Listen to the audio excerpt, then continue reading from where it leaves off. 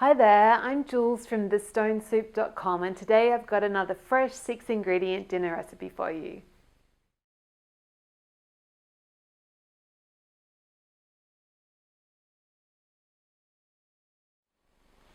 Okay, so I've just had one onion that I've diced and I've just been cooking it on a medium heat with the lid on for probably about 6 or 7 minutes. So it's started to go translucent, and I actually, instead of using oil, I just used a couple of tablespoons of cream from the top of my coconut milk can there.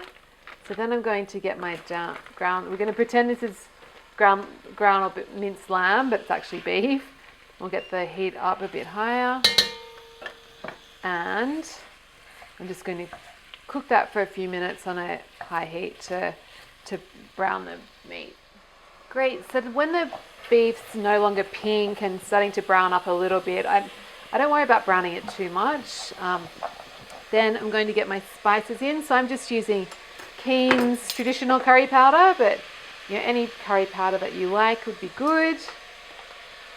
Or if you don't like it hot, you could use some garam masala. So I use about 3 teaspoons, which will give it a bit of a kick, but nothing too crazy. So just give that a good stir, and ground spices like that don't take very long to toast. So kind of just as soon as you stir it in, we'll get the coconut milk in. So just a can of coconut milk. Beautiful.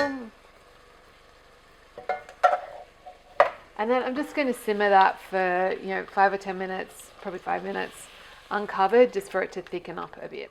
Great, so our curry's been korma has been simmering just for 5 minutes uncovered, and in the pot that's reduced down, so it's looking lovely and thick. And actually I should have before put in a good pinch of salt to season. So now just to finish it off, just taste and season with more salt if you need it. If it's a bit flat, you can add in some more curry powder, or sometimes a squeeze of lemon can be nice, but I'm pretty happy with how this is going on its own. Then I've just got some flaked almonds here, and I'm going to put in, that's 100 grams, so 3.5 ounces. I'll save some to serve, but we're going to stir that in. It's going to add some lovely texture and creaminess. And then I want you to imagine this is 2 big, ginormous bags of baby spinach.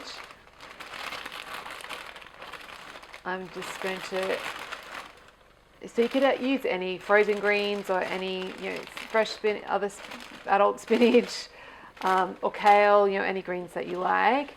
And I'm just going to get this off the heat, and you just want to cook that until the spinach has wilted down, and then the korma is good to go.